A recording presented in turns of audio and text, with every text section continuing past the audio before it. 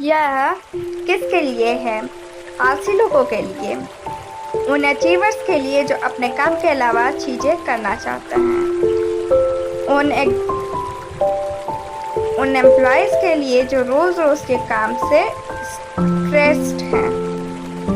आजकल का समय समय के चोरों से भरा हुआ है। चाहे वो आपके फ़ोन पर नए ट्वीट की नोटिफिकेशन हो, चाहे वो आपके कलीग का आपके काम के बीच में डिस्टर्ब करना हो, आपका समय हमेशा चोरी हो रहा है। और एक बार जो समय खो गया तो फिर वो आपको कभी वापस नहीं मिलने वाला। अपना ध्यान सही जगह रखने और अपने समय की रक्षा करने के लिए कुछ ट्रिक्स का इस्तेमाल ज़रूरी है। उन अध्यायों में हम यही ट्रिक्स सीखेंगे। इसके अलावा आप सीखेंगे कि 1440 इतना ज़रूरी नंबर क्यों है, 3210 सिस्टम क्या है, जॉर्ज डब्ल्यू बुश कितनी किताबें पढ़ते थे। समय हमारी सबसे महत्वपूर्ण संपत्ति है, इसे समझदारी से खर्च करें। क्या आपने कभी ये सोचा है कि काश हमारे पास दिन में 1 घंटा ज़्यादा होता जिसमें हम अपनी पसंद की चीज़ें कर पाते? वो एक्स्ट्रा 1 घंटा अभी भी मुमकिन है, और वो भी बिना किसी जादू के। पर इसके लिए हमें यह समझना होगा कि समय हमारा सबसे ज़रूरी एसेट है। टाइम मैनेजमेंट का सबसे पहला उसूल है कि समय हमारा सबसे बड़ा एसेट है और वो कभी वापस नहीं आता। इस पर नज़र रखने का एक अच्छा तरीका इसे टुकड़ों में बांटना है। जैसे एक दिन में 1440 मिनट्स होते हैं और इनमें से हर एक का सही इस्तेमाल होना चाहिए। इस चीज़ को हमेशा याद रखने के लिए लेखक ने एक 1440 का पोस्टर अपने ऑफिस के दरवाजे पर चिपकाया था। यह हमेशा उन्हें अपने एक दिन के समय का सीमा याद दिलाता रहता था। पर मिनट्स ही क्यों? 86400 सेकंड्स क्यों नहीं? 1 मिनट कई तरह के कामों को करने के लिए काफ़ी है, जैसे 30 सेट अप्स करना, एक कविता पढ़ना या अपने पौधों को पानी देना। तो अगर अब आपने अपने समय के महत्व को समझ लिया है तो अब समय आता है उसे अपने प्रायोरिटी के हिसाब से बांटने का, और ऐसा कर पाने का भी एक सीक्रेट है। अपने मोस्ट इम्पॉर्टेंट टास्क यानी सबसे ज़रूरी काम को चुनना और उसे प्राथमिकता देना। ये एक ऐसी चीज़ है जो आपकी ज़िंदगी और आपके काम पे सबसे बड़ा प्रभाव डालेगी। थेरेस मैकन, जो university of Missouri Saint Louis में एक प्रोफेसर है, भी इस बात से सहमत है। जैसे एक ऐप बनाने के लिए एक प्रोग्रामर को हायर करना होगा या एक स्टार्टअप के सीईओ के लिए एक बड़ी डील के लिए एक अच्छी प्रेजेंटेशन तैयार करना होगा। रिसर्च में ये पाया गया है कि रोज़ के मिनट्स तैयार रखना, चाहे वो जो भी हो, फोकस बेहतर करने और खुशी का लेवल बढ़ाने में मदद करता है। लिस्ट बनाना बंद करें और काम पे ध्यान दें। कई लोग अपने कामों की लिस्ट से ही परेशान रहते हैं। आपके पास भी शायद एक ऐसी लिस्ट होगी, शायद उसमें भी कई ऐसे काम होंगे जो हफ्तों से वहां बैठे बैठे आपकी टेंशन बढ़ा रहे होंगे। इनसे निपटने के लिए हमारा तीसरा सीक्रेट काम आएगा, लिस्ट के बजाय कैलेंडर का इस्तेमाल।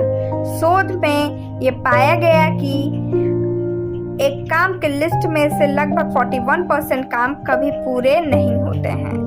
इस चौंकाने वाले नंबर के पीछे का कारण आसान है। इन कामों के साथ उनमें लगने वाले टाइम का कोई जिक्र न होना, इसलिए कई मुश्किल या कम ज़रूरी काम छूटते रह जाते हैं। यह देखने में इतनी बड़ी प्रॉब्लम नहीं लगती है, पर ये छूटे हुए काम अनचाहे स्ट्रेस का कारण बन जाते हैं, जिससे बड़ी आसानी से बचा जा सकता है। फ्लोरिडा स्टेट यूनिवर्सिटी के रिसर्चरों ने ये पाया है कि अगर लिस्ट के बजाय हम प्लान्स बना के हर काम करें तो हम स्ट्रेस से बच सकते हैं। ओलंपिक जिम्नास्ट शैनॉन मिलर इस तकनीक का एक अच्छा उदाहरण है। वो अपने परिवार के साथ समय बिताने स्कूल के काम करने, अपनी ओलंपिक ट्रेनिंग करने और यहाँ तक कि मीडिया का इंटरव्यू देने में हमेशा सफल रहती थी, सिर्फ इसलिए क्योंकि वो अपने ज़रूरी कामों को हमेशा सही से शेड्यूल कर पाती थी। इस स्ट्रेटजी को टाइम बॉक्सिंग या टाइम ब्लॉकिंग कहा जाता है और इसमें हमें बस एक डिटेल कैलेंडर बना के रखना होता है। मिलर ने ऐसा ही किया और इस वजह से उन्हें उन कामों को प्राथमिकता देनी पड़ी जो ज़्यादा ज़रूरी थे और आज भी वो घड़ी के साथ ही चलती हैं। हाँ, एक समय आएगा जब आपके कैलेंडर के किसी काम को आप पूरा नहीं कर पाएंगे। उस हालात में अपने काम को भूल जाने के बजाय अपने कामों को दोबारा शेड्यूल कर लीजिए। जैसे अगर आप दोपहर में जिम जाते हैं पर किसी दिन आपको दोपहर में फ्लाइट पकड़नी हुई तो जिम छोड़ने के बजाय उसे सुबह कर सकते हैं। काम टालने की आदत को कम करने के लिए आने वाले कामों के बारे में पहले से सोच लें और यह मान लें कि आपका काम कभी खत्म नहीं होने वाला। ऐसा सबके साथ होता है कि इम्पोर्टेंट डेडलाइन करीब आ रही है और उसके लिए काम करने की जगह हम फेसबुक, मैसेजिंग, टीवी इन सब में लगे हुए हैं। काम टालने की आदत एक बुरी बला है पर खुशकिस्मती से इससे निपटने के भी नुस्खे मौजूद हैं। अब हम बात करते हैं अपने चौथे सीक्रेट की काम टालने की आदत से बचने के लिए। अपने फ्यूचर सेल्फ को इमेजिन कीजिए। हम इसलिए काम नहीं टालते क्योंकि हम आलसी हैं, पर इसलिए क्योंकि हमारे पास ज़रूरी मोटिवेशन नहीं होता। अपने फ्यूचर सेल्फ की कल्पना करने के लिए सिर्फ 2 सवाल काफ़ी हैं। इस काम से मुझे कैसे खुशी मिलेगी और इस काम को न करने से मुझे क्या परेशानियां होंगी। जैसे अगर आपका गोल रोज व्यायाम करना है पर आप ऐसा नहीं कर पा रहे हैं तो बस अपने को मोटा और सुस्त इमेजिन कीजिए। ऐसा लगातार करते रहने से आप जल्द ही सोफा छोड़कर व्यायाम शुरू कर देंगे। इसके अलावा अपने फ्यूचर सेल्फ के बारे में ईमानदारी से सोचना भी आपकी काम टालने की आदत छोड़ने में मदद कर सकता है। जैसे अगर आपको लगता है कि आप अपने ब्रेक में फास्ट फूड ही खाएंगे तो आप इस बारे में ईमानदारी से सोचते रहकर खुद को ऐसा असल में करने से रोक सकते हैं। आप यहाँ तक कि अपने घर में रखे सारे जंक फूड को बाहर भी फेंक सकते हैं। अब हम तैयार हैं अपने 5वें सीक्रेट की ओर बढ़ने के लिए। हमारे काम कभी खत्म नहीं होंगे और ऐसा होना एक अच्छी बात है, बल्कि अपने काम को प्राथमिकता देना और शेड्यूल करना अपने काम को जबरदस्ती कम करने से कहीं बेहतर है। अमेरिकी राष्ट्रपति जॉर्ज बुश इसका एक बेहतरीन उदाहरण है। उन्हें पता था कि उनके पास काम की कभी कमी नहीं होगी, इसलिए उन्होंने सब काम करने के बजाय ढेर सारी बुक्स पढ़ने को अपनी प्रायोरिटी बनाया। उन्होंने सिर्फ अपने कार्यालय के दौरान करीब 95 किताबें पढ़ डाली थी। आइडियाज़ को लिखना और अपने ईमेल को कम चेक करना फोकस रखने और प्रोडक्टिविटी बढ़ाने में मददगार है। कई बार हमारे सबसे अच्छे आइडियाज़ हमें बड़े रैंडम समय जैसे शॉपिंग करते या अपने कुत्ते को घुमाते समय पर दिमाग में आते हैं। क्या यह बेहतर नहीं होगा कि हम इन आइडियाज़ को याद रखने की कोशिश के बजाय उन्हें लिख लें? इसलिए हमारा छठा सीक्रेट एक नोटबुक हमेशा अपने साथ रखता है। इस तरह अपने आइडिया लिख देने से उन्हें याद रखना कहीं आसान हो जाता है। वर्जिन ग्रुप के संस्थापक रिचर्ड ब्रैंसन का कहना है कि उनके बिजनेस के सक्सेस के पीछे उनके नोटबुक का बड़ा हाथ है। वो अपने आइडियाज़ को लिखकर रखने को लेकर इतने सीरियस थे कि एक बार जब उनके पास उनकी नोटबुक नहीं थी तब उन्होंने अपना आइडिया अपने पासपोर्ट के पीछे ही लिख दिया था। उनका मानना था कि अगर किसी आइडिया को लिखा नहीं गया तो वो हमेशा के लिए खो जाएगा। अपने हाथ में लिखे हुए नोट्स आपकी मेमोरी के लिए भी हेल्पफुल होते हैं। मनोविज्ञान पाम मुलर और डैनियल ओपेनहेमर ने अपने रिसर्च में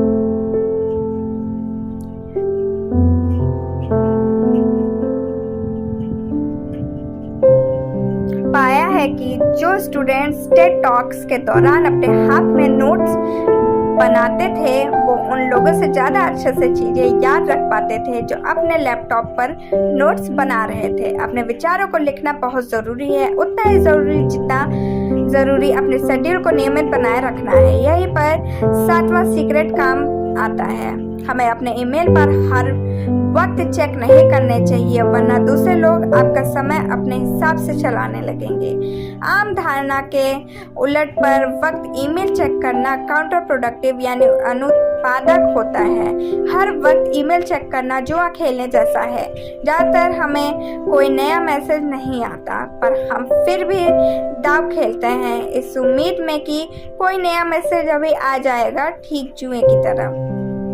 ये जुआ नशे की लत जैसा होता है और इससे हमारे फोकस और प्रोडक्टिविटी पर बुरा असर होता है। इससे बचने का एक अच्छा तरीका है कि अपने सारे न्यूज़लेटर्स को अनसब्सक्राइब कर दे। इसके अलावा आप 3210 सिस्टम भी इस्तेमाल कर सकते हैं। इसमें आप दिन में बस 3 बार अपने ईमेल चेक करें और दिन भर में कुल मिलाकर 21 मिनट में ही अपने सारे मेल पढ़ लें।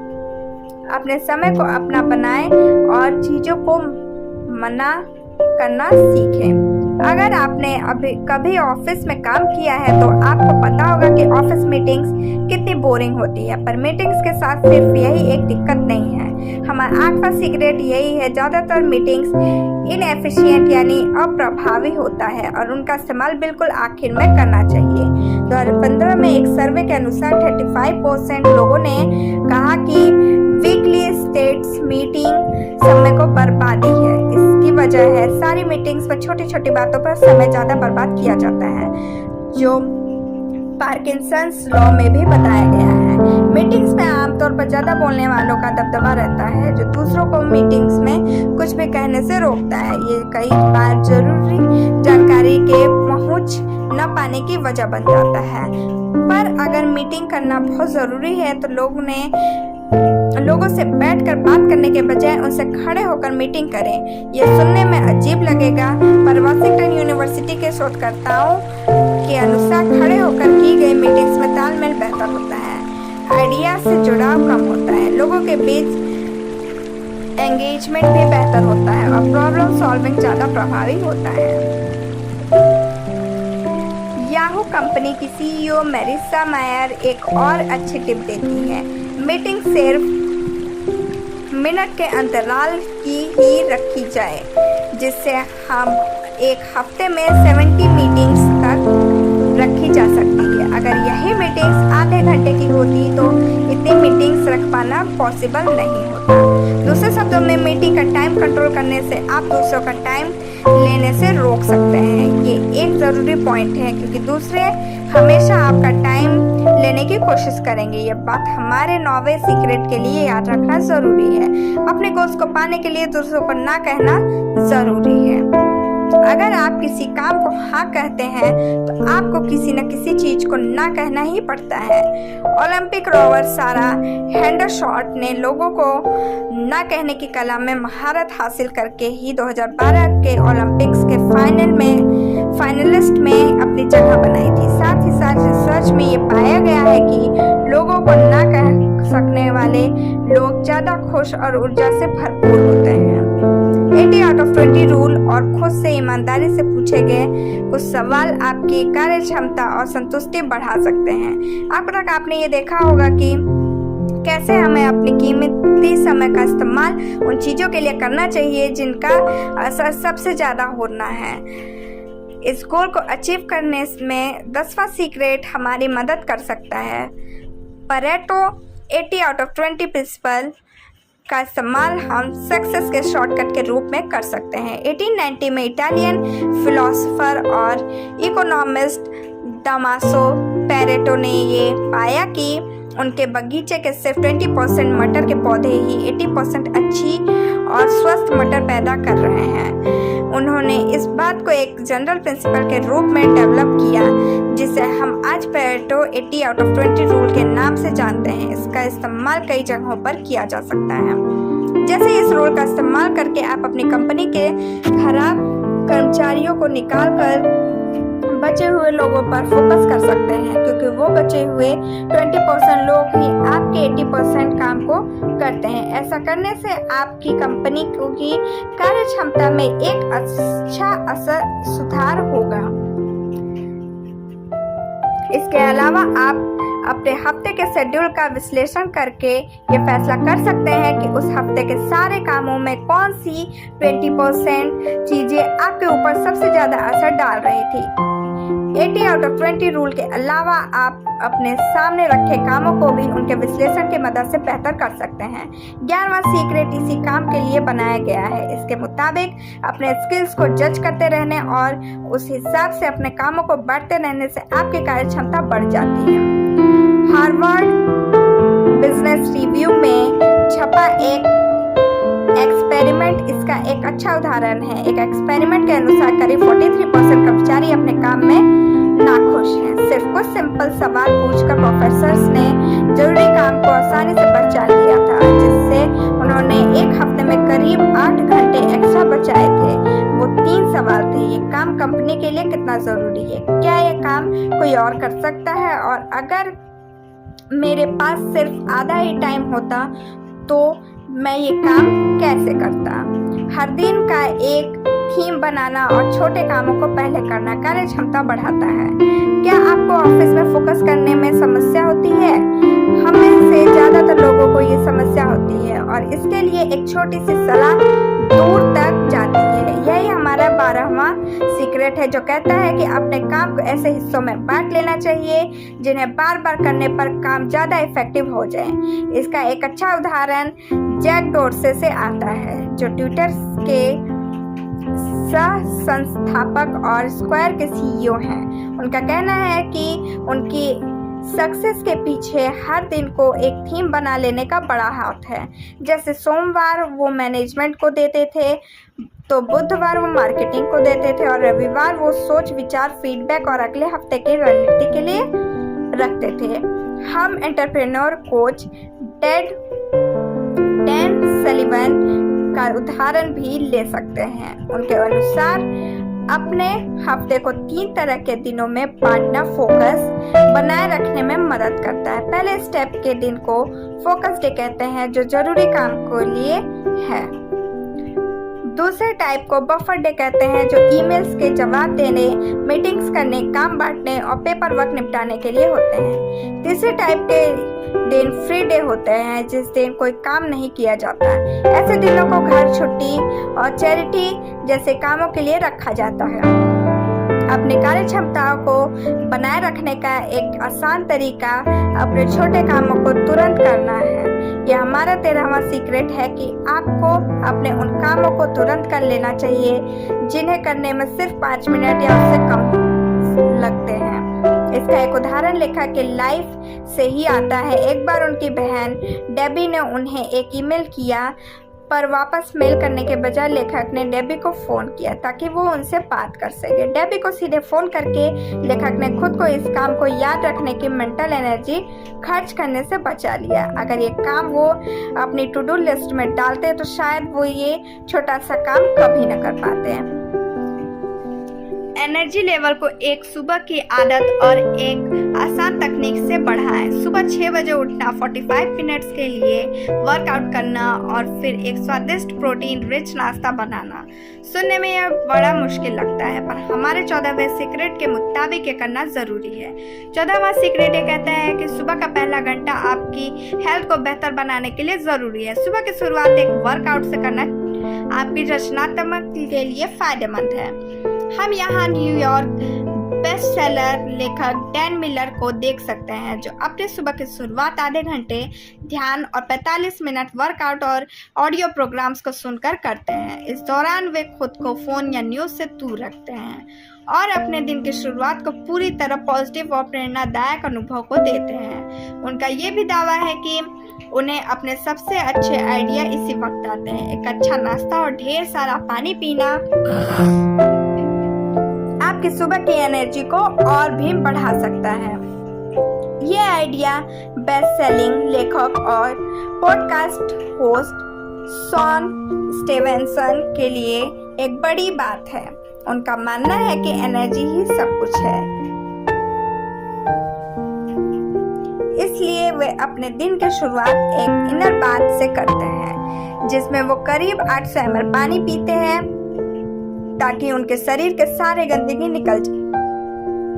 हमारे 15वें सीक्रेट के अनुसार एनर्जी ही सब कुछ है। कार्य क्षमता समय के बारे में नहीं, पर अपना फोकस और एनर्जी बनाए रखने के बारे में है। फ्रैंकेस्को केरेलो ने एक तकनीक बनाई थी जिसका नाम पोमोडोरो तकनीक है। उनके इस तरीके में हम किसी एक काम पे 25 मिनट्स फोकस करते हैं और फिर 5 मिनट का ब्रेक लेते हैं, जिसके बाद हम उस काम पर वापस लग जाते हैं। लेखक मोनिका लियोनेला ने इस तकनीक की मदद ली जब उन्हें लगने लगा कि उनके पास दिन में बिल्कुल भी समय नहीं बचता। पोमोडोरो टेक्निक की मदद से उन्होंने अपने दिन पर की एनर्जी को मैनेज करना सीखा और पूरे दिन अपनी एनर्जी बनाए रखने के में सफलता हासिल की। इस तकनीक के कारण उनका लिखने का आउटपुट 600 शब्दों में 3500 शब्दों तक पहुंच गया था। सारांश: सक्सेसफुल लोग अपने समय को अपना समय सबसे बड़ा एसेट मानते हैं। उनके सबसे अच्छे लाइफ हैक्स यानी अपने कामों को प्राथमिकता देने से लेकर अपनी एनर्जी फोकस रखने तक आप भी अपनी ज़िंदगी में उतार कर अपने समय का सबसे अच्छा इस्तेमाल कर सकते हैं। क्या करें? अपना एक मॉर्निंग रूटीन जरूर बनाएं। अपना मॉर्निंग रूटीन बनाते वक्त सक्सेस कोच हल एलरॉड के सेवर्स का इस्तेमाल करें। एस यानी साइलेंस, कृतज्ञता, ग्रेटिट्यूड और ध्यान मेडिटेशन के लिए। ए यानी अफर्मेशन, अपने गोल्स और प्राथमिकताओं का। वी यानी विजुअलाइजेशन, अपने आइडियल लाइफ का। ई यानी एक्सरसाइज, आर यानी रीडिंग और आखिरी एस यानी स्क्राइबिंग, अपनी नोटबुक में लिखना। आज के लिए बस इतना ही। Thank you, bye bye, take care.